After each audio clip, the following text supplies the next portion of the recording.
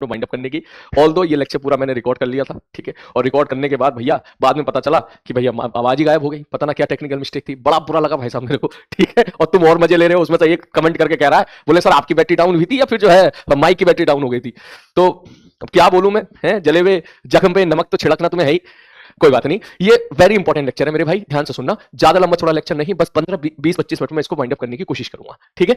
ठीक है सर, तो अभी ऑल्दो ये इसमें से काफी हद तक पार्ट में अभी कंप्लीट करा देता, लेकिन वो थोड़ी सी लाइट चली गई थी, आप जानते ही हो यार, थोड़ा सा 20-25 मिनट हमारा वहां पे लॉस हो गया था, और उसके बाद फिर जो है थोड़ा सा मैं भी रोहित शर्मा मोड में आ गया था, ठीक है। तो इन दैट केस कुछ छोटी छोटी चीजें जो शायद मैं आपको बाद में बताता, तो मैंने सोचा इसको आज ही खत्म कर दे। तो ये 20 से 25 मिनट में चीजें हैं, आप नो पेन नीचे, पेन बिल्कुल नीचे रख दीजिएगा, नोट्स मत बनाइएगा भी, पहले पूरा लेक्चर देख लो आराम से, उसके बाद फिर आप इस चीज को लिख लीजिएगा।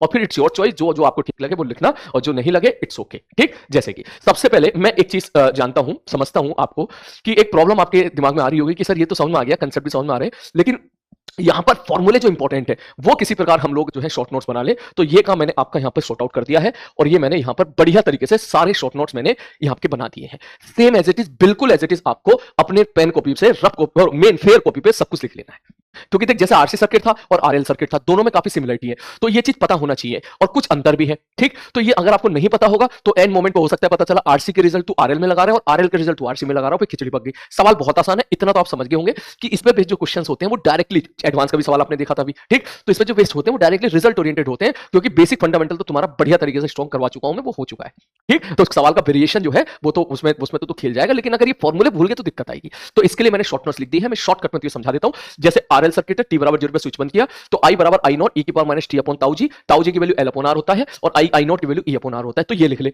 इसके बाद आरसी सर्किट, आरसी सर्किट में दोनों डायग्राम बना, आरसी सर्किट मतलब ये आर है, कैपेसिटर अनचार्ज है, आपने सपोज इसको अनचार्ज कैपेसिटर टी बराबर 0 पे आपने स्विच बंद कर दिया, तो किसी टाइम टी पर अगर हम चार्ज पूछते हैं क्यू कितना होगा, तो क्यू बराबर आता है क्यू नॉट 1 माइनस ई की power minus T upon tau, जहां पे टाउ की वैल्यू यहां आरसी होती थी, वहां एल बाई आर होता है, ठीक। ठीक है सर, और यहाँ क्यू नॉट क्या होता है भैया, वो ईसी होता है। जब मैं यहाँ पर करंट निकालता हूं किसी टाइम पे, जब इसको डिफरेंशिएट किया तो करंट का स्टेटमेंट आता था आई बराबर आई नॉट ई की power minus T upon tau, ये करंट का स्टेटमेंट आता था, जहां पर आई नॉट क्या होता था, ई बाई आर, और टी बराबर 0 पर कैपेसिटर वायर की तरह बिहेव करता था, और टी बराबर इन्फिनिटी पर कैपेसिटर टूटे हुए वायर की तरह बिहेव करता था, ये मैंने यहाँ पे लिख दिया। टी बराबर 0 पर आरसी सर्किट में कैपेसिटर कनेक्टिंग वायर, और टी बराबर इन्फिनिटी पर कैपेसिटर टूटा हुआ वायर, बात समझ आ रही है। उसी प्रकार से यहाँ की कंडीशंस मैंने जो केस थे वो मैंने यहाँ पे लिख दिए। नेक्स्ट अगला टर्म, फिर आपने पढ़ा होगा वहां पे कैपेसिटर में आरसी सर्किट कि शुरू में कैपेसिटर फुल्ली चार्ज है और हमने स्विच को बंद कर दिया है और अब करंट फ्लो कर रहा है, तो यहाँ करंट का फंक्शन आता था आई बराबर आई नॉट ई की power minus T upon tau, और टाउ जी की वैल्यू आरसी थी। उसी प्रकार से हमने यहाँ पर आज अभी देखा हम लोगों ने कि यहाँ पर एलआर सर्किट अगर होता है तो आई बराबर आई नॉट ई की power minus T upon tau, same relation यहाँ, सेम रिलेशन यहाँ। तो अगर आप रफ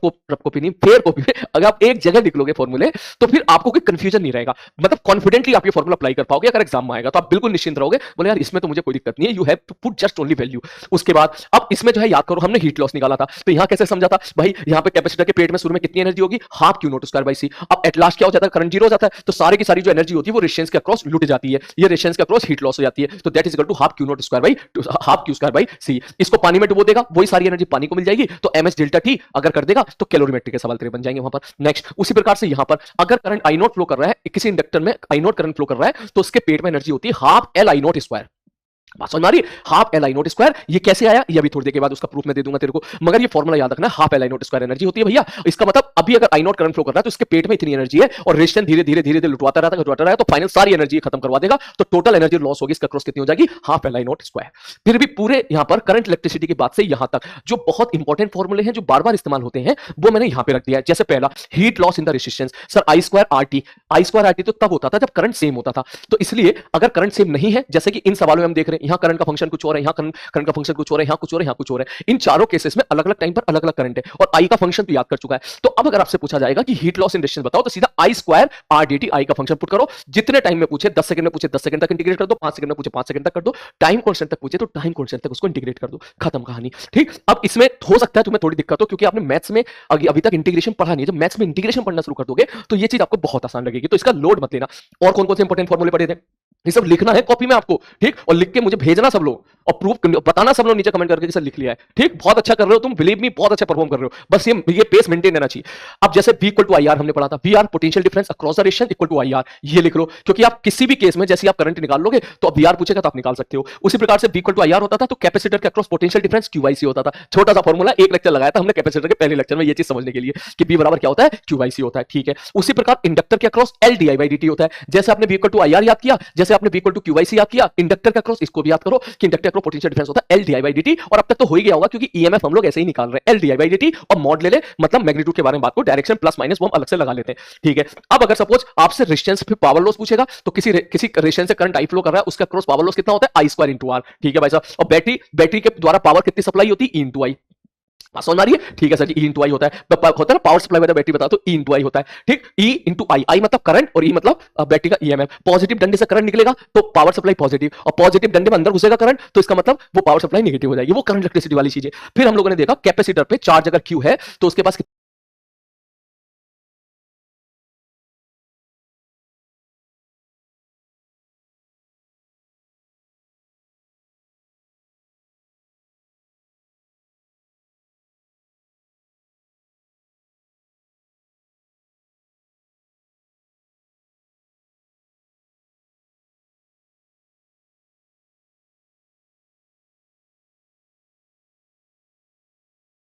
पास कितनी एनर्जी होगी, हाफ Q²/C। और इंडक्टर के पास अगर मान के चलो कोई इंडक्टर है, उसके पास इंडक्टर में आई करंट फ्लो कर रहा है तो उसके पेट में कितनी एनर्जी होगी, हाफ Li²।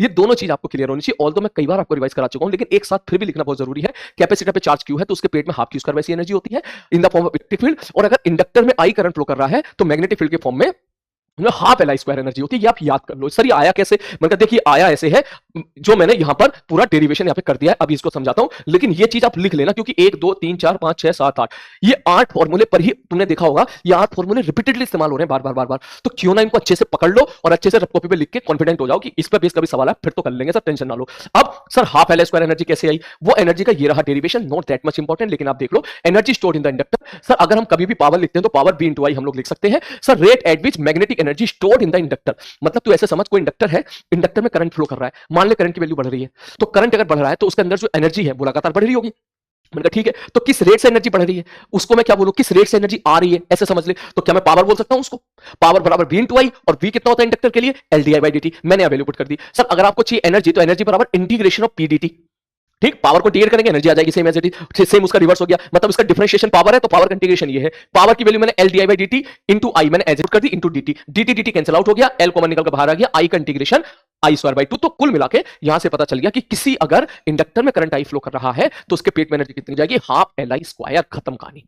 समझ मारिए, ठीक है भैया नेक्स्ट आगे बढ़ते हैं। ये मैंने यही चीज मैंने यहां पर लिख दी है। इसके बाद अगला पॉइंट, अब इसके बाद जो है, अब इसमें इस बात का भी ध्यान रखें कि जैसे आरएल सर्किट था, आरएल सर्किट में जैसे इसको बंद करा टाइम बढ़ता है करंट बढ़ता है, अगर करंट बढ़ता है देखा करंट का ग्राफ ऐसे आया था और सैचुरेट हो गया था फिर वो, तो इसका मतलब इंडक्टर के अंदर की एनर्जी भी बढ़ती चली जा रही है। तो इसको थोड़ा सा फील के साथ कीजिएगा, इसकी थोड़ी ना एक इमेज बनाना दिमाग में कि करंट बढ़ रहा है, करंट बढ़ रहा है तो इंडक्टर के अंदर की एनर्जी बढ़ती चली जा रही है, मतलब दीदी की जो गुल्लक है उसके अंदर रुपए बढ़ते चले जा रहे हैं, और पैसे सप्लाई कौन कर रहा है, पापा जी, मतलब यहां पर बैटरी, और भाई क्या कर रहा है, एनर्जी को लुटवा रहा है।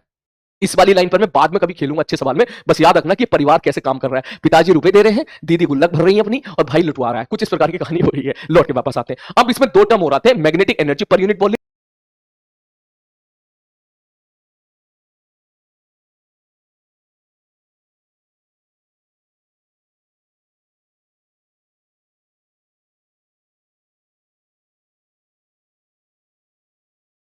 कैसे काम कर रहा है, पिताजी रुपए दे रहे हैं, दीदी गुल्लक भर रही है अपनी, और भाई लुटवा रहा है, कुछ इस प्रकार की कहानी हो रही है। लौट के वापस आते हैं, अब इसमें दो टर्म हो रहे थे, magnetic energy per unit volume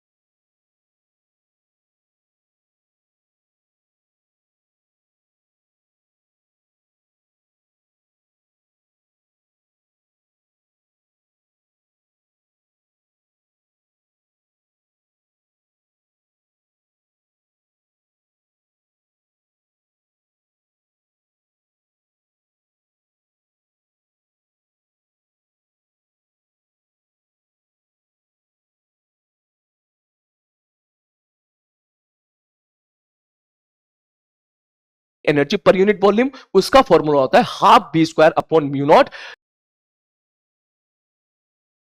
या electrical energy per unit volume, इसका फॉर्मूला होता है half epsilon not E square. ये नीचे वाला फॉर्मूला मैंने आपको ऑलरेडी लिखा रखा है। इसका मतलब सर ये है क्या? मैंने कहा देख, अगर मैं ऐसा बोलूं यहाँ एक चार्ज है, ठीक है, और मैं एक पर्टिकुलर कोई वॉल्यूम एज्यूम कर लूं, उस वॉल्यूम में इलेक्ट्रिक फील्ड होगी चार्ज की वजह से, तो मैं अगर ये बोलूं कि भाई ये बता दे इस वॉल्यूम में कितनी इलेक्ट्रिक एनर्जी होगी, कितनी एनर्जी होगी इन the form of electric field, तो वो इलेक्ट्रिक फील्ड के फॉर्म में जो एनर्जी होगी पर यूनिट वॉल्यूम, ये उसका फॉर्मूला है half epsilon not E square. उसी प्रकार से किसी स्पेस में अगर मैग्नेटिक फील्ड है, तो मैं अगर आपसे पूछूं बताओ कितनी एनर्जी स्टोर है in the form of magnetic field, तो ये half B square upon mu naught का है। अभी के लिए बस आप केवल फॉर्मूला याद रखिए, क्योंकि मैं इन दोनों को एक साथ कराऊंगा। मुझे याद है कि यहां पर मैं लिख दिया हूं बेस्ड ऑन क्वेश्चन एक साथ कराऊंगा, इसलिए आप ये मत सोचना कि सर ने ये छुड़वा दिया। ऑल्दो ये चीज हम लोग इलेक्ट्रोमैग्नेटिक वेव में इनके साथ बहुत खेलते हैं, इलेक्ट्रोमैग्नेटिक वेव में तो बहुत ही आता है, ये दोनों के दोनों टर्म्स इतनी बार आएंगे तो अपने आप याद हो जाएंगे इलेक्ट्रोमैग्नेटिक वेव, और वो जल्दी चैप्टर आएगा। इसके बाद अगला चैप्टर अल्टरनेटिंग करंट है, उसके बाद शायद इलेक्ट्रोमैग्नेटिक वेव भी आना है, तो उस केस में इनके साथ खूब खेलेंगे। अभी के लिए बस केवल लिख लेना, और यहां जरूर लिख लेना कि इस पर भी सवाल जो है सर कराएंगे, मैं एक साथ कराऊंगा ताकि और बेटर अंडरस्टैंडिंग बन जाए। आप ये मत सोचना कि सर ने इसको छुड़वा दिया है, ऑल्दो मैं नोट कर लेता हूं, लेकिन फिर भी मैंने लिख दिया है, आप याद दिला देना। मैं फिर भी मैं आपको बता दूं, मैं एक डायरी वायरी मेंटेन करके चलता हूं, ठीक, उसमें सारी चीज लिखता हूं जो मैं आगे शिफ्ट कर चुका हूं या मैं बाद में कराऊंगा, वो सब लिखते हुए चलता हूं, तो मुझे याद रहेगा। लेकिन फिर भी बाई चांस कब ऐसा हुआ मैं कभी आपसे पूछूं तो आप मुझे बता देना। मोस्ट प्रोबेबली मैं इसको इलेक्ट्रोमैग्नेटिक वेव के आसपास ही कराऊंगा, क्योंकि तब तक मैग्नेटिज्म हमारा खत्म हो जाएगा और अल्टरनेटिंग करंट में हम सारी चीजें पढ़ चुके होंगे। उसके बाद एक छोटा सा आर्टिकल है एलसी ऑसिलेशन, ये पूरा 1 से सवा घंटा का आर्टिकल है। इसको कभी जो है ईएमआई में भी पढ़ा दिया जाता है, और आप इसको एसी में भी पढ़ सकते हो, जो आपकी चॉइस हो। मुझे जो आप लोगों का बैच का रिस्पांस दिखा, आप में से आप लोग भी चाह ही रहे हैं कि अल्टरनेटिंग करंट स्टार्ट हो जाए, ईएमआई खत्म हो जल्दी खत्म, क्योंकि ऑब्वियसली अब 12-13 लेक्चर हो ही गए, ठीक है। तो मैंने इस चीज को मैंने शिफ्ट किया है किसमें? अल्टरनेटिंग करंट में। तो मैं एलसी ऑसिलेशन अल्टरनेटिंग करंट में कराऊंगा। ऑल्दो पिछले साल जो है प्रयास बैच में भी मैंने अल्टरनेटिंग करंट में ही कराया था, वहीं पर ये ज्यादा अच्छा लगता है कराना। तो वैसे तो कहीं भी करा सकते हैं, लेकिन वहां पर ज्यादा अच्छा लगता है। वहां पे ज्यादा अच्छा इसलिए लगता है क्योंकि अल्टरनेटिंग करंट में कुछ एक आर्टिकल हम ऐसा पढ़ते हैं जो इससे मिलता जुलता होता है, तो इसलिए उसको याद करना आसान होता है। मैं इसको छुड़वा नहीं रहा हूं एट लास्ट, ये मत वो सोचिएगा सर एलसी ऑसिलेशन नहीं कराया आपने, मैं इसको आगे शिफ्ट कर रहा हूं, अल्टरनेटिंग करंट में शिफ्ट कर रहा हूं, ठीक। नेक्स्ट अगला पॉइंट, इसके बाद फिर जो है कुछ 2-3 और इंपॉर्टेंट चीज है, जैसे कि मैं आपसे बोलूं ये इंडक्टर वाले सवाल, ये वाले सवाल अब ये इंपॉर्टेंट तो उतने नहीं है, मैं सीधी बात बोलूं तो, लेकिन जेई मेंस वालों ने डायरेक्टली इस पे सवाल पूछ लिया था, ठीक है। लेकिन मैंने यहां पे इनके जो इंपॉर्टेंट फॉर्मूले हैं वो मैंने लिखा दिए। जैसे कि रेजिस्टेंस होता था, दो रेजिस्टेंस अगर सीरीज में होते थे तो आर इक्विवेलेंट लिखते थे R1 + R2 + R3 + R4, दो होंगे तो R1 + R2, पैरेलल में होते तो 1/R इक्विवेलेंट बराबर 1/R1 + 1/R2, इस हिसाब से लिखा करते थे। उसी प्रकार आपसे इंडक्टर में पूछ लिया जाएगा कि अगर मैं दो इंडक्टर अगर सीरीज में लगा देता हूं तो बताऊंगा L इक्विवेलेंट कितना होगा। तो अगर मैं इन दोनों के बीच का आपस का म्यूचुअल इंडक्टेंस को इग्नोर कर दूं, सब म्यूचुअल इंडक्टेंस क्यों लेके आ रहे हो? मतलब देख एक कॉइल है और दूसरी कॉइल है, अगर इस कॉइल में कुछ करेगा तो उस कॉइल की वजह से इस कॉइल में भी तो कुछ होगा। इस कॉइल में कुछ करने पे इस कॉइल से पास होने वाला फ्लक्स भी चेंज होगा, तो इसका मतलब म्यूचुअली भी उनके बीच में म्यूचुअल इंडक्टेंस भी आएगा। लेकिन अगर मैं उसको इग्नोर कर दूं तो रिजल्ट आर वेरी सिंपल, अगर दोनों ऐसे हैं तो L बराबर L1 + L2, बिल्कुल रेजिस्टेंस जैसे आपके रिजल्ट है, जैसे रेजिस्टेंस में सीरीज में R1 + R2 होता था वैसे ही यहां पर है, और सेम उसी प्रकार 1/L इक्विवेलेंट बराबर 1/L1 + 1/L2। ठीक है सर जी, आगे बढ़ते हैं। अब अगर सपोज ऐसे दे, अब अगर कोई बोले सब म्यूचुअल इंडक्टेंस दे दिया फिर क्या होगा, तो म्यूचुअल इंडक्टेंस में दो केस हो सकते हैं क्या, या तो पहला कॉइल ऐसा और दूसरा ऐसा ही हो गया हो, या पहला कॉइल ऐसा और दूसरा उल्टी साइड से नीचे साइड से हो गया हो, मतलब ऐसा हो गया हो। इन दैट केस अगर ऐसा है तो इसका एक डेरिवेशन है, वो डेरिवेशन मैं अभी स्किप कर रहा हूं, मैं डेफिनेटली अगर मुझे वक्त मिलेगा तो बाद में आपको करा दूंगा, लेकिन डेरिवेशन किसी काम का नहीं है, बिलीव मी, अल्टीमेटली फॉर्मूला ही याद रखना पड़ता है। तो L इक्विवेलेंट बराबर होता है, अगर इसका मैं बोल दूं L1 है, इसका मैं बोल दूं L2 है, तो L1 + L2 + 2m, where m is the mutual inductance. अक्सर ही म्यूचुअल इंडक्टेंस की वैल्यू आपको गिवन होगी। उसी प्रकार अगर उल्टा होता है तो L1 + L2 - 2m होता है। बात समझ मारिए, ये फॉर्मूले एज इट इज आप याद रख लीजिएगा। जेई मेंस ने इस पर ही डायरेक्टली सवाल पूछ लिया था, डायरेक्ट ये देके पूछ लिया था। जब आप जेई मेंस के सवाल लगाओगे आपको दिख जाएगा, उन्होंने ये पूछ लिया था कि बताओ इसका L इफेक्टिव क्या होगा, L1 + L2 + 2m, L1 + L2 + 4m, L1 + L2 - 2m, ऐसे उसने चार ऑप्शन दे दिए थे। उसी प्रकार से आपका यहां पर 1/L इक्विवेलेंट अगर पूछा जाएगा, अगर पैरेलल में हो, म्यूचुअल इंडक्टेंस आप अगर यहां पर फाइंड आउट करना चाह रहे हो तो 1/L1 + L + 1/L2 + m, ये यहां का म्यूचुअल इंडक्टेंस हो जाएगा। तो मैंने फॉर्मूले लिखा दिए हैं, इनका डेरिवेशन मैंने नहीं कराया, लेकिन वो इंपॉर्टेंट नहीं है, लेकिन फिर भी मुझे टाइम मिलेगा और मुझे अगर ठीक लगेगा तो मैं करा दूंगा, फ्यूचर में कभी किसी रिकॉर्डेड फॉर्म में दे दूंगा, लेकिन बिलीव मी वो उतना इंपॉर्टेंट नहीं है। इनकी जो है आप सीधा याद रख लें उतना ही काफी है। उसके बाद नेक्स्ट अगला एक और छोटा सा सवाल है जो अक्सर आप इधर उधर देखते होंगे, वो ये रहा टोरॉइड का, कि टोरॉइड का सेल्फ इंडक्टेंस क्या होता है। हमने क्या किया था, हमने सोलेनॉइड का तो सेल्फ इंडक्टेंस मैंने तुम्हें करा दिया था, आप याद कीजिए, एक नहीं 2-3 बार रिवाइज कराया था। टोरॉइड का भी सेल्फ इंडक्टेंस खुद का भी पूछा जा सकता है, तो ये सवाल बहुत फेमस है, चलता रहता है, हर कंटेंट में आपको मिल जाएगा, किताबों में, सब जगह पर। लेकिन इस सवाल की अच्छी बात यह है कि ये स्टैंडर्ड सवाल है, तो मैं अभी के लिए आपको ये बोलूंगा कि आपके पास अगर समय हो तो इसका डायरेक्ट आंसर लिख लीजिएगा, ये वाला आंसर, कि इसका सॉल्व करके मैं आपको बताया था टोरॉइड है, ये वाली डिस्टेंस A है, ये डिस्टेंस B है, इसकी थिकनेस T है, और इसकी हाइट जो है ये वाली h है, और अजम्पशंस इसमें हमने लगा रखे हैं कि अगर A बहुत बड़ा हो टी से, मतलब ये वाली डिस्टेंस बहुत छोटी हो, तो इसका म्यूचुअल इंडक्टेंस अप्रोक्सीमेटली इतना आता है। अब इसमें तो मेरी मजबूरी समझ और इसमें समझदारी समझ। पहली बात तो ये कि ये एक स्टैंडर्ड सवाल है, इसका डेरिवेशन 1 से 2 पेज का है। मुझे नहीं लगता कि 1 से 2 पेज मुझे डेरिवेशन में लगाने चाहिए, खासकर लाइव क्लास में, क्योंकि अल्टीमेटली वो तुम्हें उतना ज्यादा समझ में आएगा भी नहीं और अल्टीमेटली आप रट लोगे। अगर आपको समझा भी दिया तो डेरिवेशन रट लोगे, वो डेरिवेशन किसी काम का नहीं है। और दूसरी बात, उस डेरिवेशन को समझने के लिए पहले आपको थोड़ी सी लोगरिथम सीरीज आना चाहिए। मैथमेटिक्स में लोगरिथम सीरीज, मुझे नहीं पता कि आप लोगों ने लोगरिथम सीरीज पढ़ी है नहीं पढ़ी है, वो डेरिवेशन लोगरिथम सीरीज का एक्सपेंशन आता है, और वो अगर आपको नहीं पता तो फिर अल्टीमेटली और आपको क्या हो रहा है यार, ये तो रटना पड़ रहा है यार, ठीक है। तो अल्टीमेटली अगर ये स्टैंडर्ड ही सवाल है तो स्टैंडर्ड हो तो सीधा फॉर्मूला याद रख ले, खत्म कहानी, सीधा करके फॉर्मूला याद कर ले। फिर भी मैं इसको नोट कर ले रहा हूं, मैं इसकी एक अलग वीडियो बना के फ्यूचर में जब रिलैक्सिंग मोड पे रहेंगे अपन लोग, ये कैसे आया मैं ये अलग से बना के दे दूंगा। लेकिन मेरी नजर में लीस्ट प्रायोरिटी पर है क्योंकि स्टैंडर्ड सवाल है। स्टैंडर्ड सवाल समझ रहा है, ये बिल्कुल स्टैंडर्ड सवाल है कि इसमें कुछ हेर फेर करेंगे तो नहीं, हेर फेर करेंगे तो फिर नहीं हो पाएगा सवाल। ये पर्टिकुलर इस सेटअप के लिए ये सब जगह यही पर्टिकुलर सेटअप यही आ रहा है, और ये कैसे आया वो derivation not at all important, but मैं करा दूंगा बाद में, किसी फॉर्म में करा दूंगा आपको। समझ मारिए, ये पूरा आर्टिकल मेरी नजर में तो लीस्ट इंपॉर्टेंट, लेकिन होता है ना कभी कभी जब मास्टर ये डायग्राम बना के, एक्चुअली ये बच्चों की ये साइकोलॉजी है जो कि गलत है, कि अगर मास्टर ऐसा डायग्राम, इस प्रकार का खतरनाक डायग्राम बना के अगर कोई सवाल करा दे 1-2 पेज का जिसके अंदर खूब डेरिवेशन इन्वॉल्व हो, तो बच्चों को ऐसा लगता है ये भाई साहब बड़ा खतरनाक चीज पढ़ाई मास्टर ने, ये एडवांस है, ठीक है। जबकि सच बात ये है कि वो सवाल आप कुछ सीख रहे हो क्या है, सीखने का पार्ट इतना सा होगा, और अल्टीमेटली वो इतनी मैथमेटिक्स में उलझ रहे हो, ऐसे उलझ रहे हो, अल्टीमेटली उसमें खूब अप्रोक्सीमेशन भी लगाओगे आप, और उसके बाद एट लास्ट आओगे फॉर्मूला अल्टीमेटली याद करोगे। तो उससे बेटर है कि आप एलआर सर्किट के बढ़िया बढ़िया सवाल की प्रैक्टिस करो, जैसे मैंने आपको कल की क्लास में कराए थे। पेन चलाओ, एचसीवी के सवाल लगाओ, उससे आपको जो है काफी सीखने के लिए मिलेगा। लेकिन अगेन मैं छुड़वा नहीं रहा हूं, मैं इसे डेफिनेटली कराऊंगा, बाद में कराऊंगा। अभी आप इसको नोट कर लो, मैंने इसको इसलिए अटैच कर दिया इस पीपीटी में कि मैं आपके एक बार फिर से ईएमआई के सारे पीपीटी जो हमारी क्लास की है मैं देखूंगा उसको एक बार फिर से, क्योंकि लाइव क्लास में जब हम चल रहे होते हैं तो कभी कभी होता है कि कोई चीज मिस हो गई, ठीक है। तो जो है जब एक बार पूरी पीपीटी में देख लूंगा तो मैं जैसे इसको देखूंगा तो मुझे आइडिया आ जाएगा कि मैंने इसका डेरिवेशन मैंने फ्यूचर के लिए बोल दिया है। मैं लिख देता हूं डेरिवेशन बाद में, बट नॉट इंपॉर्टेंट, ये भी लिखना बहुत जरूरी है, ठीक। मैं इसको कॉपी में नोट कर लूंगा और मैं इसका डेरिवेशन बाद में आपको कभी बता दूंगा, ठीक। ये पोर्शन हो गया। खैर आगे बढ़ते हैं इसके बाद। अब इसके बाद कुछ एक सवाल और रह गया था म्यूचुअल इंडक्टेंस का। आपको पता होगा म्यूचुअल इंडक्टेंस के हमने काफी सारे सवाल किए थे। इनफाइनाइट वायर है, यहां पर एक लूप रख दिया, वो म्यूचुअल इंडक्टेंस किया था। एक लूप है सेंटर पे एक लूप रख दिया, उसका म्यूचुअल इंडक्टेंस का सवाल किया था। एक लूप है सेंटर वाले लूप को बाहर निकाल दिया, याद कर, यहां एक लूप था और एक लूप को मैं यहां लेके आ गया था, फिर उसको 60 डिग्री रोटेट कर दिया था, जे एडवांस का सवाल बन गया था। ये सब म्यूचुअल इंडक्टेंस के सवाल थे। इसमें करना क्या होता था कि भैया प्राइमरी दिमाग लगा के, प्राइमरी किसी को मानो, प्राइमरी में करंट फ्लो करा के सेकेंडरी में फ्लक्स निकाल लो, ठीक। तो ऐसे ही एक सवाल और है, ये मैंने अभी तक पता नहीं हो पाया, लेकिन कोई बात नहीं, हम क्लास में नहीं कर पाए थे तो आप खुद से भी कर सकते हो। सवाल ये है कि एक सोलेनोइड के अंदर दूसरा सोलेनोइड है, ठीक, और आइडियल सोलेनोइड है, तो इसका म्यूचुअल इंडक्टेंस क्या होगा। फिर से सेम तरीका है, मैं यहीं पे समझा देता हूं। मतलब मान ले बड़ा सोलेनोइड है, इसके अंदर छोटा सोलेनोइड है, सोलेनोइड के अंदर मैग्नेटिक फील्ड यूनिफॉर्म होती है। तुम क्या करोगे सर, किसी को दिमाग लगा के किसी को प्राइमरी मान लो। तो मान ले मैंने प्राइमरी इसको मान लिया, ये जो सोलेनोइड है बाहर वाला, इसको मैंने प्राइमरी मान लिया, बाहर वाले को मैंने प्राइमरी मान लिया। तो प्राइमरी में करंट फ्लो करा के सेकेंडरी में फ्लक्स निकालोगे। तो जब मैं सेकेंडरी मतलब अंदर वाले में फ्लक्स निकालूंगा तो क्या लिखोगे, बी इनटू एरिया, और अंदर वाले के नंबर ऑफ टर्न अगर n1 है तो n1 से मल्टीप्लाई कर दोगे। बी क्या होगा, बी होगा मैग्नेटिक फील्ड। तो बाहर वाले की वजह से मैग्नेटिक फील्ड कितनी होगी, म्यू नॉट ni, जहां n होता है number of turn per unit length, तो मैंने n2 बाई l पुट कर दिया। नंबर ऑफ टर्न अगर n2 है और लेंथ l है, इनटू सर एरिया मतलब अंदर वाला एरिया, तो या तो पाई r1 स्क्वायर लिख दे या फिर ऐसा समझ ले वो अंदर वाला एरिया है। क्यों अंदर वाला एरिया है, क्योंकि अंदर वाले से फ्लक्स लिख रहे हैं तो वही अंदर वाला ही तो एरिया लेंगे ना हम लोग। तो ये आपका यहां पर आपका पूरा स्टेटमेंट आ गया। अब अगर मैं इसमें i को भूल जाऊं तो वो पूरा म्यूचुअल इंडक्टेंस है। इसलिए म्यूचुअल इंडक्टेंस के इस पे मैं ये याद करने के लिए बच्चों को कभी नहीं बोलता हूं। क्यों नहीं बोलता हूं, क्योंकि म्यूचुअल इंडक्टेंस पे इस पे जो सवाल है वो फॉर्मूले जो है वो अलग अलग किताबों में अलग अलग प्रेजेंटेशन के साथ प्रेजेंट कर दिए जाते हैं। कैसे, अगर मैं इसको आई को भूल जाता हूं तो एक फॉर्मूला ये बन गया n1 mu naught n2 by l into pi r1 square, ठीक। ये वाला एक फॉर्मूला ये भी बन सकता है। कैसा, बोले सर n1 n2 इसको हमने ऐसे सेट कर दिया, पाई r1 स्क्वायर को मैंने a पुट कर दिया, ये फॉर्मूला हो गया। अब n1 n2 क्या है, नंबर ऑफ टर्न्स, और स्मॉल n हम क्या बोलते हैं, number of turns per unit length. तो अगर मैं इसको l से ऊपर नीचे मल्टीप्लाई करके n1 बाई l को स्मॉल n1 और n2 बाई l को स्मॉल n2 पुट कर दूंगा तो एक l ऊपर और एक एरिया अंदर वाला, तो एक नया फॉर्मूला फिर बनकर तैयार हो जाएगा। तो इसका मतलब यहां पे बच्चों को कंफ्यूज होने की प्रोबेबिलिटी ज्यादा होती है। तो मैं आपको बोलूंगा याद ना करें, आप उसी टाइम निकाल लें, उसी टाइम निकाल लेते। कैसे निकाल लेते, कैसे, मैं यहां पे लिख रहा हूं, देख कैसे लिखेंगे म्यूचुअल इंडक्टेंस। ऐसे बोले सर जी देखो बाहर वाले को प्राइमरी मान लो, उसमें करंट आई फ्लो करा दो, तो अंदर वाले फ्लक्स क्या लिखोगे, बोले अंदर वाले फ्लक्स लिखेंगे सर बी इंटू एरिया और अंदर वाले के नंबर ऑफ टर्न, ठीक है। सर बी क्या लिखोगे, मैंने कहा भाई बी लिखेंगे mu naught N I, N मतलब बाहर वाले की वजह से लिख रहे हैं म्यू नॉट एन आई, खत्म, आई को भूल जा, ये हो गया म्यूचुअल इंडक्टेंस, खत्म।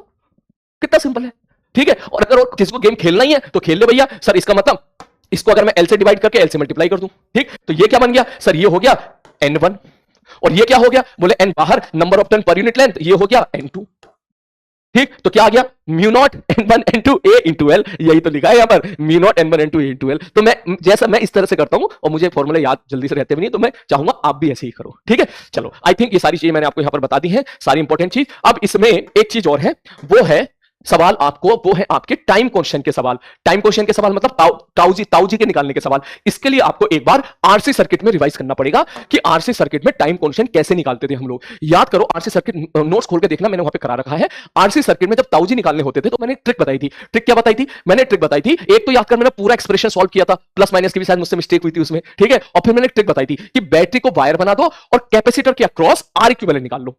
मैं फिर से रिपीट करता हूं, जो समझदार बच्चे समझ गए होंगे कि बैटरी को तो वायर बना दो और कैपेसिटर के अक्रॉस आर इक्विवेलेंट निकाल लो, तो ताऊ जी आरसी हो जाएंगे। जैसे मैं आपको ये सवाल दूं कि भैया इस सर्किट के ताऊ जी बताओ क्या होंगे, तो आप बोलोगे सबकी वैल्यू दे रखी है सब, बैटरी को तो बना दो वायर। मैंने कहा ठीक है, और इसके अक्रॉस आर इक्विवेलेंट निकाल लो। तो मैंने नेक्स्ट पेज पे लिख दिया समय बचाने के लिए, क्योंकि ये चीज हम ऑलरेडी पढ़ चुके हैं। तो तू बोलेगा ठीक है सर मान लो ये पॉइंट ए है, ये पॉइंट बी है, तो सर कैपेसिटर के अक्रॉस मुझे चाहिए आर इक्विवेलेंट, और मैंने यहां पर बैटरी को बना दिया वायर।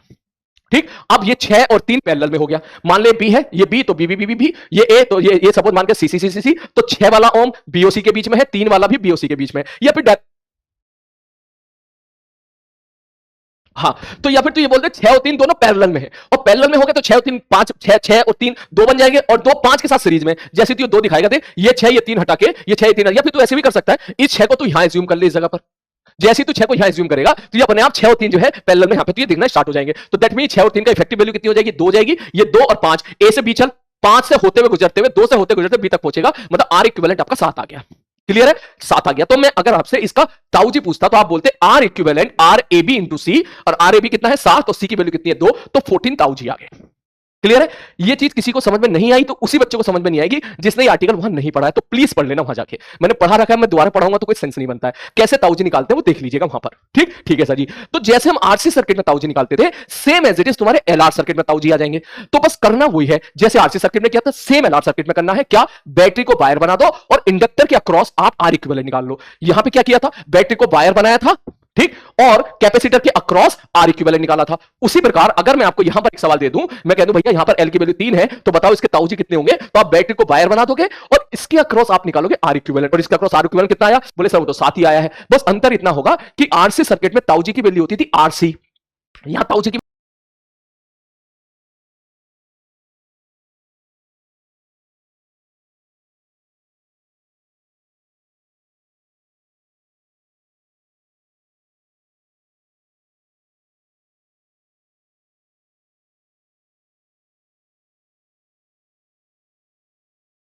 की वैल्यू क्या होती है? L by R. खत्म कहानी। तो एल की वैल्यू कितनी है मेरे भाई? 3, और आर की वैल्यू कितनी है यहां पर? 7। तो 3/7, जो भी एल की वैल्यू यहां पर दे रखी है वो वाली वैल्यू यहां पर पटक दो। मैं एक बार फिर से रिपीट कर देता हूं। अब चाहे सवाल आपके आरसी सर्किट का हो या एलआर सर्किट का हो, अगर ताऊ जी निकालना है, ट्रिक क्या है? बैटरी को वायर बना दो और कैपेसिटर के अक्रॉस ए बी पॉइंट बांध के आर इक्विवेलेंट निकाल लो। अगर आरसी सर्किट का सवाल है तो ताऊ जी की वैल्यू हो जाएगी कितनी? आरसी, जहां आर की जगह आर इक्विवेलेंट पुट कर दोगे। और अगर एलआर का सवाल है तो ताऊ जी यहां पे हो जाते हैं एल बाई आर। क्लियर है? चाहो तो इस चीज को शॉर्टकट में लिख लीजिएगा, अभी नोट करके लिख लेना शॉर्टकट तरीका। ठीक है भाई, आगे बढ़ते हैं। इस बात के बाद आई थिंक सारी चीजें क्लियर हो गई होंगी। फिर भी कुछ सवाल थे जो मैं नहीं करा पाया था, वो मैं यहां पे लिख दिया है, पेन नीचे रख के समझ लो अच्छे से, फिर मैं इस चीज को एक्सप्लेन कर देता हूं, कॉपी में लिख लेना। जैसे कि मैंने काम किया 10 ओम का रेजिस्टेंस आर एल और बैटरी लगा दी। ठीक है, पहला सवाल है कि first S1 is close eight t बराबर 0, मतलब S1 को तो बंद कर दिया, एंड S2 केप्ट ओपन, मतलब S2 को ओपन रखा हुआ है और S1 को बंद कर दिया। अगर इसको ओपन रखा हुआ है तो बेकार सर्किट हो गया। जैसे आप इसको बंद करोगे तो आपका ये आरएल सर्किट बन गया है। ठीक, अब मैं जानना चाहता हूं इसमें कि I as a function of time बता दो क्या होगा।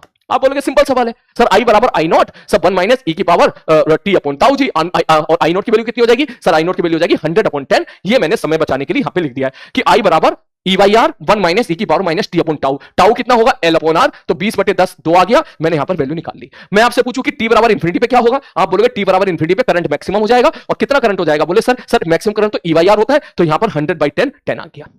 इसका मतलब यह हुआ कि इसको तो ओपन कर दिया आपने, इसको बंद कर दिया और बैठ के तमाशा देख रहे हो। बहुत देर के बाद, अच्छे खासे समय के बाद, इंफिनिटी टाइम के बाद, इंफिनिटी टाइम का मतलब अच्छे खासे टाइम के बाद, हमने देखा कि अब इसमें करंट स्टैब्लिश्ड हो गया होगा और 10 एम्पीयर का करंट आ गया होगा और ग्राफ कुछ इस प्रकार से बना होगा जैसा कि अब तक हम लोगों ने देखा है। मैंने कहा ठीक है। अब इसके बाद मैं दूसरा गेम खेल दिया। क्या दूसरा गेम खेल दिया? मैंने बोला इस सवाल में कि आफ्टर वेरी लॉन्ग टाइम ठीक है, आफ्टर वेरी लॉन्ग टाइम मैंने बोला कि new observation if S2 is closed end S1 is open at t बराबर 0। मतलब आप इस चीज को समझो कि इसके बहुत देर के बाद, मतलब जब ये करंट अचीव हो चुका है, फिर मैंने काम किया for new observation. New observation का मतलब ये है कि हमने एक नई घड़ी ले ली, नई स्टॉप वॉच ले ली, और हमने बोला कि हमने S2 तो कर दिया बंद, इसको तो कर दिया मैंने बंद टपाश, और S1 को कर दिया ओपन। जैसे आप S1 को ओपन करोगे ये सर्किट टूट गया, नीचे वाला किसी काम का नहीं है, और जैसे इसको बंद करोगे फटाक से बंद हो जाएगा। लेकिन जब आपने ये घटना घटी है, जब आपने कारनामा किया है, तब इसमें कितना करंट फ्लो कर रहा था? ये वाला 10 एम्पियर वाला, ये वाला।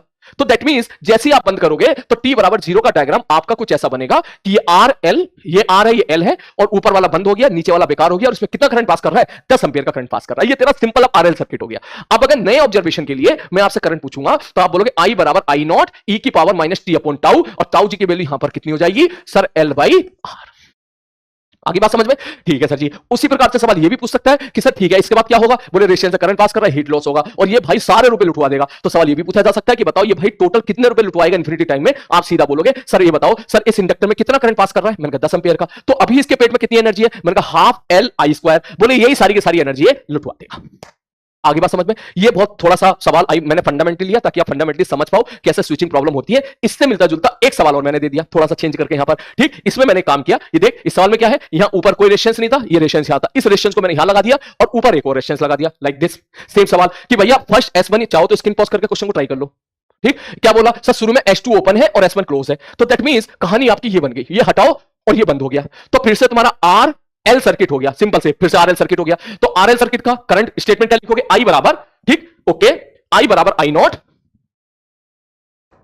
1 माइनस e की पावर t अपॉन टाउ। ठीक, ये हमने यहां पे लिख दिया। I बराबर I नॉट कितना होगा? 100 अपॉन 20। ये सेम स्टेटमेंट आ जाएगा जो थोड़ी देर हमने यहां पर पहले लिखा था, सेम एज इट स्टेटमेंट आपका आ जाएगा, क्योंकि सिंपल RL सर्किट हो गया तेरा। मैंने कहा ठीक है। बोले अब अगर मैं आपसे बोलूं कि t इक्वल टू इंफिनिटी पे क्या होगा? बोले 10 एम्पियर का करंट पास करेगा। अब इसके बाद गेम खेल दिया। बोले क्या गेम खेल दिया? मैंने कहा इसके बाद ये गेम खेला कि आफ्टर वेरी लॉन्ग टाइम, फिर से बहुत देर के बाद, जब तक ये 10 एम्पियर का करंट इसमें अचीव हो चुका होगा, फिर हमने क्या करा? इसको कर दिया बंद और इसको कर दिया ओपन। ओपन तो जैसे इसको ओपन करोगे ये सर्किट टूट गया, लेकिन तब इसमें कुछ करंट आ गया होगा। कितना करंट फ्लो कर रहा होगा? इसका जो इन्फिनिटी टाइम होगा वो सेकंड ऑब्जर्वेशन के लिए t बराबर 0 हो गया, तो इसमें इन्फिनिटी टाइम पे 10 एम्पियर का करंट फ्लो कर रहा होगा। इसका मतलब यहां से 10 एम्पियर का करंट फ्लो कर रहा होगा, आपने सर्किट को तोड़ दिया और उसको बंद कर दिया, तो अब ये LR सर्किट बन गया दूसरा, जिसमें 10 एम्पियर का करंट होगा, t बराबर 0 पर L, और रेजिस्टेंस हो जाएगा 5। क्लियर है? अब अगर मैं आपसे इसमें पूछूंगा आपसे, आप फिर से क्वेश्चन बोल दोगे I बराबर I नॉट e की power minus t upon tau. I not की वैल्यू 10 है और टाउ जी इस बार L बाई R 5 हो जाएंगे। उसी प्रकार से दूसरा सवाल हो जाएगा। इस सवाल को प्लीज देखना, अच्छे से सुकून से करना, बढ़िया सवाल है ये। आई थिंक सारे क्वेश्चन जितने कराने थे मुझे मैंने करा दिए हैं। एक और बहुत अच्छा सवाल इसमें देखने के लिए मैंने रखा था, वो डिस्कस कर देता हूं बस अभी। उसके बाद जो है कहां गया? ये रहा, ये बड़ा अच्छा सवाल था। मैंने काफी सारे क्वेश्चन अटैच कर दिए हैं बेटा, वो क्वेश्चन आप देख लीजिएगा जरूर, सारे के सारे उसको जरूर ट्राई कीजिएगा। HCB के क्वेश्चन भी ट्राई कीजिएगा। ये सवाल बड़ा प्यारा है। देखो इसमें ऐसा बोला है कि इंडक्टर है, 2 बल्ब है और एक रेजिस्टेंस है। मैं ही समझा देता हूं, आप चाहे स्क्रीन पढ़ लो पॉज करके। चलो देखो, ठीक ठीक है सर जी। मान के चलो बैटरी है, इंडक्टर है L, और बल्ब का ये B1 बल्ब है, ये B2 बल्ब है, और ये रेजिस्टेंस R है। मैंने स्विच को बंद कर दिया। उसने बल्ब का बिहेवियर पूछ लिया कि बल्ब की ब्राइटनेस वगैरह बताओ क्या होगा। तो भाई मुझे बल्ब समझ में नहीं आ रहा, मैं एक काम करूं, बल्ब की जगह रेजिस्टेंस लगा लेता हूं, तो मुझे दिखेगा सर एक तो है इंडक्टर, एक है रेजिस्टेंस बल्ब का, और नीचे है एक रेजिस्टेंस, और ये है बल्ब। ये जो बल्ब B1 B2 है उसने बोला है कि आइडेंटिकल बल्ब है, तो मान लो इसका रेजिस्टेंस R डैश है और इसका भी रेजिस्टेंस R डैश हो जाएगा। यहां रेजिस्टेंस उसने R कह दिया है और ये तुम्हारा इंडक्टर है, और यहां कुछ इस तरह की कहानी है, स्विच आप यहां पर बंद कर दोगे तो ऊपर वाला सर्किट अलग है, नीचे वाला सर्किट अलग है। अब आज की क्लास में तो तुमने खूब फोड़ा फाड़ी मचाई थी, ऊपर RC हो LR हो क्या हो क्या पता नहीं क्या क्या किया था, और इसमें तो देख कितना मजेदार सवाल बन गया। इसमें तो 2 ही है केवल। अब तो एक बात बताओ, मैं अगर सवाल के साथ खेलूं 0 0 0 E E E, मैंने कहा ठीक है। मैंने कहा t बराबर 0 पे क्या होगा? तो t बराबर 0 पर ये कैसे बिहेव करेगा? टूटे हुए वायर की तरह। तो मान ले इसमें करंट गया I1, इसमें करंट गया I2, तो t बराबर 0 पे करंट क्या होगा? इस पे 0 होगा, लेकिन इसमें तुरंत करंट स्टैब्लिश्ड हो गया होगा। ये E है, ये 0 है, फटाक से इसमें तुरंत करंट आ जाएगा। इसका करंट वेरिएबल है, इसका करंट वेरिएबल है, वो धीरे धीरे बढ़ेगा। इसका करंट कांस्टेंट है, साफ साफ दिख रहा है यार, ये सपोज 5 ओम, ये 5 ओम, और ये 10 वोल्ट की बैटरी है, तो 1 एम्पीयर का करंट तुरंत आ जाएगा इसमें। तो इसका मतलब ये जो बल्ब है ये तुरंत जल जाएगा, जैसे स्विच बन गया फटाक से जल जाएगा। लेकिन ये रेजिस्टेंस क्या होगा? ये जो इंडक्टर है सर, इंडक्टर में करंट का फंक्शन ऐसे बढ़ रहा था, ऐसे I बराबर I नॉट 1 माइनस e की power minus t upon tau. That means आप बोलोगे सर इसमें जो करंट है बहुत सर, ये भी तो LR सर्किट ही हो गया ना, जिसको मैंने E का पोटेंशियल डिफरेंस किया हुआ है, तो इसका मतलब इसमें करंट तो 0 रहेगा, शुरू में 0 रहेगा, धीरे धीरे करंट बढ़ेगा। इसका मतलब ये बल्ब तो ऐसे चल जाएगा टपाश, और ये जो बल्ब है इससे पास होने वाला करंट शुरू में 0 है और धीरे धीरे बढ़ रहा है। इसका मतलब इसकी ब्राइटनेस धीरे धीरे बढ़ेगी। इसका मतलब ऐसे डायग्राम होगा, ऐसे ये तो एकदम जल जाएगा और ये ऐसे बढ़ रहा होगा। ये बल्ब ऐसे हो रहा होगा, ऐसे ऐसे ऐसे, और ये ऐसे, ये तुरंत हो जाएगा टपास और ये ऐसे हो रहा होगा। इस हिसाब से कहानी घटी होगी। अब फिर एक गेम और खेल दिया सवाल में उसने। उसने ये बोला कि ये बता दो कौन ज्यादा ब्राइट जलेगा। अगर मैं ऐसा बोलूं कि इफ एल अगर मैं आइडियल मान लो ये आइडियल होता, तो टी बराबर इन्फिनिटी पे क्या होता, टी बराबर इन्फिनिटी पे वायर बन जाता। ठीक है, तो इस रास्ते कितना रेशियंस आया आर डैश, और इस रास्ते कितना रेशियंस आया आर प्लस आर डैश। तो इसका मतलब इधर रेशियंस कम आया तो इधर करंट ज्यादा होता, करंट ज्यादा जाता तो इसका मतलब इसकी ब्राइटनेस ज्यादा जाती। ठीक, तो इसका मतलब अगर ये आइडियल होता तो ये जलता तो आराम आराम से, लेकिन ये ज्यादा तेज जलता आफ्टर वेरी लॉन्ग टाइम। परंतु इस सवाल में इसने क्या बोल दिया, इस सवाल में उसने थोड़ा सा गेम खेल दिया। उसने बोला resistance of the coil having inductance L is also R. वो कह रहा भैया इस इंडक्टर के अंदर ना आर छुपा हुआ है। ठीक है, जैसे बैटरी होती थी ना, बैटरी का ईएमएफ होता था, तो ईएमएफ के बगल में इंटरनल रेजिस्टेंस स्मॉल आर दे दिया करता था। तो वैसे ही इसने कह दिया कि भाई इस इंडक्टर का भी रेजिस्टेंस है। अब तो कहेगा सर इंडक्टर का रेजिस्टेंस कैसे हो सकता है? मैंने कहा भैया बता इंडक्टर है क्या, है तो सोलेनोइड ना। तार को ऐसे लपेट दे तो तार का खुद का तो रेजिस्टेंस होगा ना, और अगर खुद का रेजिस्टेंस होगा तो इंडक्टर का खुद का भी तो कुछ ना कुछ रेजिस्टेंस होगा। तो सर इसको क्या कैसे करना, कुछ नहीं करना, इंडक्टर लगा उसके बाजू में आर लगा दे। जैसे बैटरी होती थी उसका इंटरनल रेजिस्टेंस होता था, तो इंटरनल रेजिस्टेंस के बाजू में लगा दिया करते थे हम लोग छोटा सा आर। ठीक, सर्किट में इन्वॉल्व करते थे उसको। वैसे ही आप ये मान लो ये एल है, इसके बाजू में आर लग रहा है। तो अगर इस सवाल को मैं सॉल्व करूं तो एक तो हो गया इंडक्टर, इसका खुद का रेजिस्टेंस आर हो गया, तो इस रस्ते टोटल रेजिस्टेंस कितना हो गया आर प्लस आर डैश, और इधर भी कितना हो गया आर प्लस आर डैश। तो टी इक्वल टू इन्फिनिटी पर ये इंडक्टर तो बन जाएगा वायर, लेकिन इसका खुद का तो रेशियंस है ही आर, तो इधर रेशियंस आर प्लस आर डैश और इधर बन जाएगा आर प्लस आर डैश। दोनों तरफ रेशियंस सेम है, इसका मतलब जो भी करंट आएगा वो आधा आधा बढ़ जाएगा। इसका मतलब फिर थोड़ी देर के बाद क्या होगा, सबसे पहले तो ये एकदम जल जाएगा, ये आराम से बढ़ेगा, और थोड़ी देर के बाद दोनों इक्वली ब्राइट जलेंगे। ठीक, तो इसलिए इसका आंसर क्या हो जाएगा, bulb B2 light up earlier than B1 and finally, ठीक है, both bulb shine equally bright. कितना बढ़िया सवाल है, यहां से काफी अच्छे अच्छे सवाल, एक ही सवाल से बहुत सारे कंसेप्ट के सवाल यहां से पूछे जा सकते हैं। तो भाई आज के लिए इतना ही, ये सारी चीजें लिख लीजिएगा, ये नोट्स मेरे भाई लिख लीजिएगा। ठीक है, आप बहुत अच्छा कर रहे हो, बिलीव मी। ऑफलाइन क्लास में जितना जितना मेरा एक्सपीरियंस रहा है, बच्चे यहां तक 55% बच्चे तो गिव अप कर देते हैं यहां तक। ठीक है, बिल्कुल बढ़िया जा रहा है, बढ़िया तरीके से ये सारे शॉर्ट नोट्स लिख लेना, ये सारी प्रॉब्लम तुम्हारी यहां पर सॉल्व हो जाएगी। अब इसके बाद एक दिक्कत है तुम्हारी जो मैं मानता हूं, और उसको अपन जो है सॉर्ट आउट करेंगे जल्दी। अभी थोड़ा सा जो है अल्टरनेटिंग करंट पे जो है मूव कर जाए। पहले क्या दिक्कत है तुम्हारी, एक दिक्कत अभी एक प्रॉब्लम आ रही होगी रिवीजन की। मैं इस चीज को मानता हूं, आई एग्री ऑन दिस।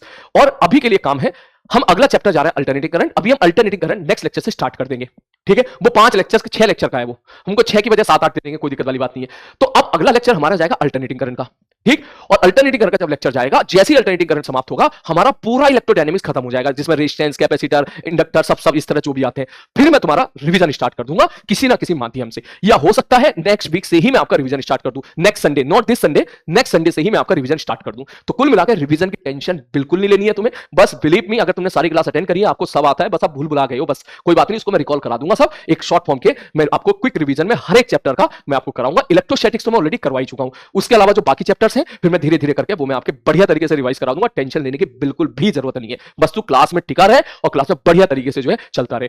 अब इसके बाद इसके मैं पूरे ईएमआई के नोट्स वगैरह एक बार फिर से देख लूंगा। अभी मुझे कुछ क्वेश्चंस और कराने हैं, ठीक है, वो कराने हैं मुझे, डेफिनेटली कराने हैं, लेकिन हमारा जो पार्ट था ऑलमोस्ट समाप्त हो गया है। अगर कुछ बचेगा तो मैं वो डेफिनेटली बाद में करा दूंगा आपको। तो एक बार पता करके मैं चेक कर लूं क्या चीज है, क्या क्या इंपॉर्टेंट चीज है, और उसके बाद जो है मैं आपको वो चीज डेफिनेटली कराऊंगा, टेंशन बिल्कुल मत लेना। और दूसरी चीज, क्वेश्चन की प्रैक्टिस सेशन अभी और कराऊंगा, टेंशन मत लेना। बाद में क्वेश्चन की प्रैक्टिस सेशन किसी और माध्यम से, भले ही मैं कैसे करूं, लेकिन कराना मेरे को है क्वेश्चन की प्रैक्टिस। अभी मैं सिलेबस को रोकना नहीं चाह रहा क्वेश्चन की प्रैक्टिस के चक्कर में, मैं चाह रहा हूं कि सिलेबस उसी पेस में चलता रहे, ताकि हम ईएमआई में आ जाए। जितना किसी ऑफलाइन क्लास में कराया जाता है, बिलीव मी, मैंने तुम्हें 2 से ढाई गुना मैं तुझे करा चुका हूं, अगर सारे कंटेंट को कंसीडर करेगा तो। ठीक है, तो इसलिए बहुत है, इतना ही बढ़िया तरीके से पकड़ के रख तू, और फिर भी हम इसके क्वेश्चन की प्रैक्टिस डेफिनेटली करेंगे बाद में।